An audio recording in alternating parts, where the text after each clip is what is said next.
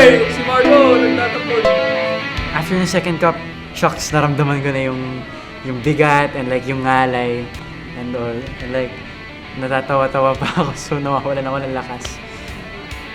Gantay nung game. Pababa na sa kaliwa, pre. Woo!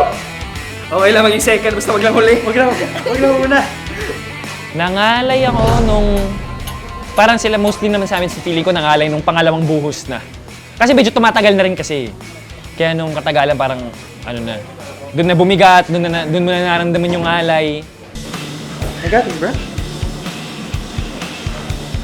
May workout pala dito. Woo! Tutulo na yung pawis, konti na lang. Wala pang natatapon dito, ha? Tapos nung kalaanan, ano na eh, medyo totoo na eh.